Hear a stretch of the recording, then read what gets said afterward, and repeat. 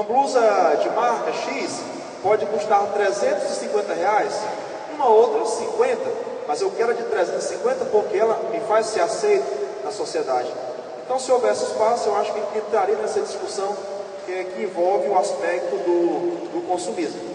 Então, tendo em vista que o consumismo traz problemas para a coletividade, e que esses problemas podem ser, no mínimo, dois, como os que listamos aqui, né? Para o meio ambiente e endividamento. Que proposta de solução a gente poderia sugerir aqui? Tá? Vamos pensar aqui. Uma delas, quem sabe se você passasse a consumir produtos de empresas que trabalham com a sustentabilidade? Seria uma solução. Há empresas que na embalagem já afirmam trabalharem com sustentabilidade. Uma delas é da TGP, por exemplo, Natura e muitas outras aí. O que mais? A gente poderia sugerir também que muito daquilo que a gente vai consumir, comprar, a gente mesmo poderia fazer. É o faça você mesmo. Quer um exemplo?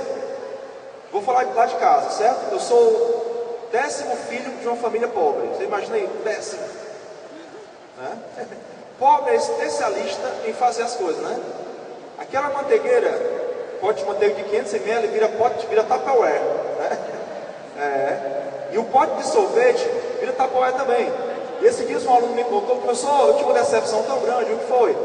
Eu vi aquele pote de sorvete na geladeira, corri, abri, olhei, tinha feijão dentro. Ou seja, para que comprar Tupperware se tem o pote do sorvete, né? Então se aproveita isso e vai ser plástico a menos no lixo.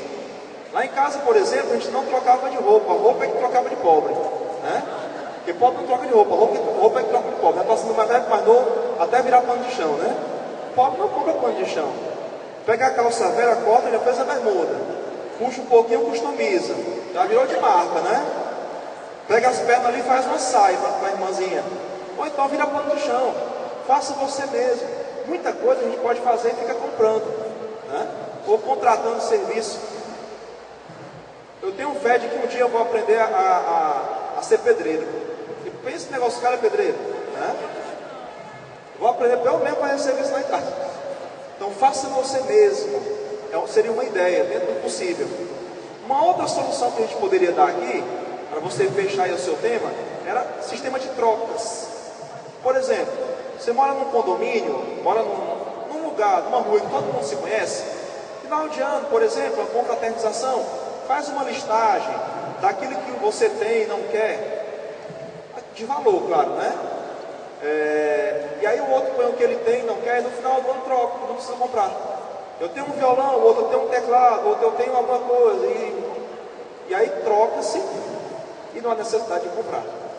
Então, pessoal, pesquisem sobre o tema, pensem sobre o tema, façam essa redação, associem o consumismo à sustentabilidade, porque é um tema assim, muito interessante que pode ser cobrado. Tá? Algumas vezes os temas vêm com texto de apoio. Aí eu peço a você o seguinte: texto de apoio é só para dar uma luz para você, não é para ser copiado não, tá? Nunca copie nada dos textos de apoio, certo? Pessoal, entrando agora na nossa apostila, a gente tem um assunto aí, ó, esse Facebook, para quem não viu ainda, é para dica de português, certo? Se você depois vai lá, curte, e você vai ficar recebendo dica de português de graça, tá bom? Não paga nada. A gente vai bater um papo agora sobre paralelismo sintático e semântico. Isso é um assunto cobrado na competência de área 4. Para quem está com a apostila aí, página 17, certo? Eu trouxe uma teoria para você acompanhar em casa. E eu quero recorrer à apostila na hora de fazermos exercício, certo?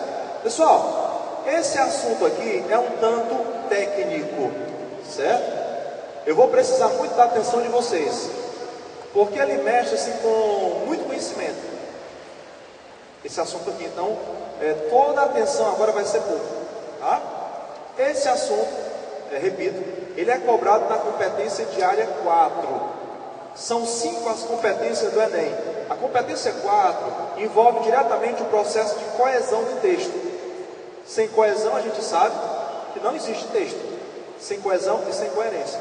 E lembrando a vocês que cada erro na competência 4 desconta 40 pontos. Ou seja, 5 errinhos aqui já vão embora por 200 pontos. Então, nosso objetivo é segurarmos esses pontos. Tá? O que é paralelismo? Certo? Paralelismo é a mesma coisa que coordenação. Tá? O paralelismo consiste na apresentação de ideias similares, coordenadas, equivalentes, numa forma gramatical ou semântica idêntica. Ou seja, paralelismo é você colocar em equivalência aquilo que realmente é equivalente. Assim, pode-se dizer que há a quebra de paralelismo quando associamos elementos que não são equivalentes quanto à forma ou quanto ao conteúdo. Qual é o erro? O erro é a quebra do paralelismo. Tá? A gente vai ver aqui algumas situações em que o paralelismo se manteve e outras tantas em que se quebrou o paralelismo. Então, manter o paralelismo é você associar sempre estruturas que são equivalentes, ou do ponto de vista gramatical, ou do ponto de vista do sentido semântico do texto. Aqui nós temos algumas situações corretas. Isso aqui é correto, tá? As conjunções alternativas, seja, quer, ora, constituem paralelismos. Por exemplo, cuide sempre de suas atitudes, seja em casa, seja no trabalho. O que é que muitos fazem em redação? Seja em casa ou no trabalho. Aí isso aí está errado, porque o seja não mantém paralelo com o ou, seja mantém paralelo com seja em casa, seja no trabalho, seja estudando, seja trabalhando.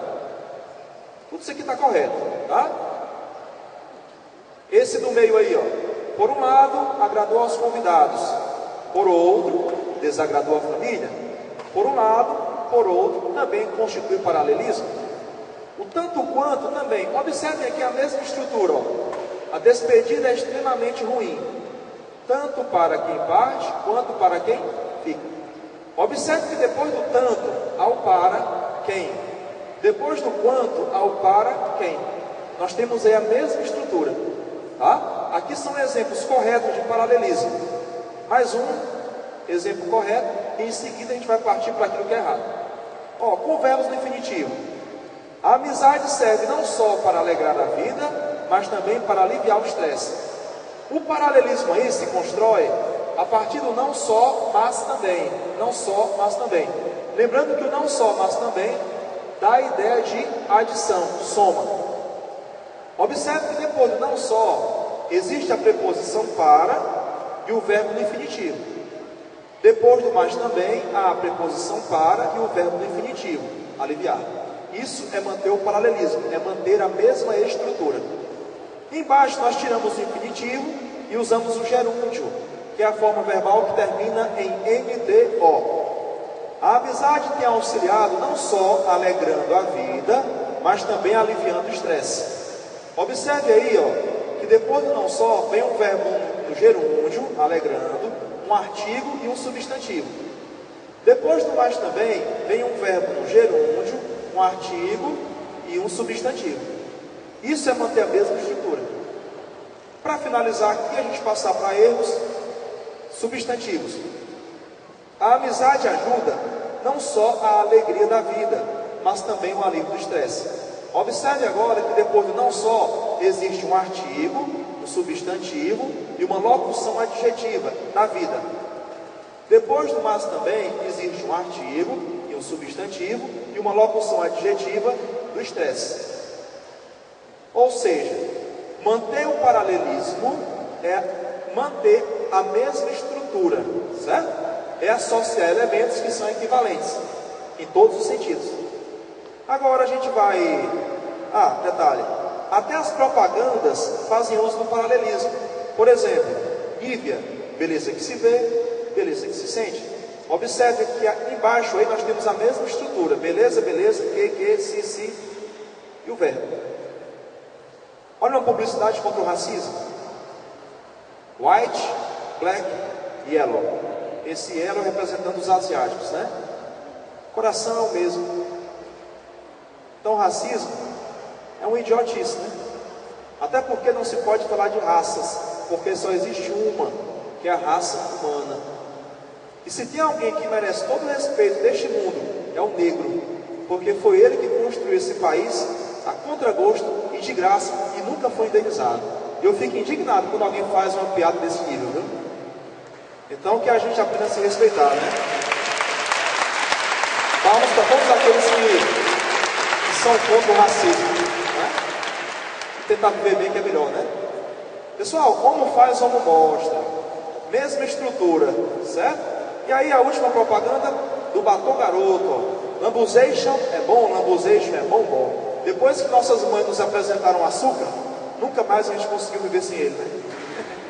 É você e a formiga disputando ali, né? É que gosta mais. Pessoal, em todos os casos que nós vimos, se manteve a mesma estrutura, certo? Agora a gente vai ver erros. O que vai aparecer aqui agora, você não pode fazer na sua redação, tá? Então vamos lá, ó. Trecho de narração. Para minha ex-namorada, homem tem que ser gentil, culto e não fumar. Não se manteve a mesma estrutura. Ó, gentil é um adjetivo, culto é um adjetivo, não fumar não é adjetivo.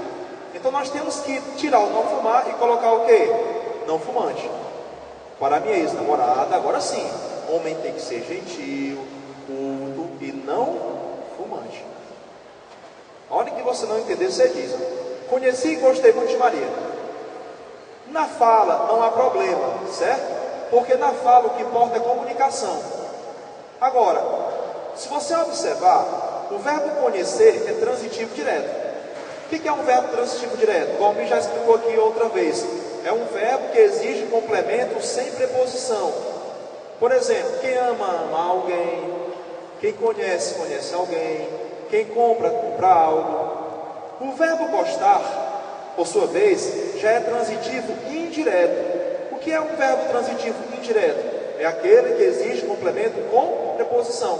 Por exemplo, gostar. Quem gosta, gosta de. Observem que nós temos aí dois verbos transitivos e apenas um complemento.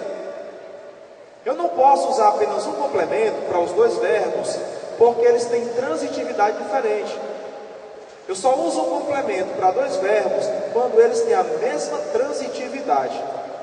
Então, ó, corrigindo essa frase, nós teríamos o seguinte: conheci Maria e gostei muito dela.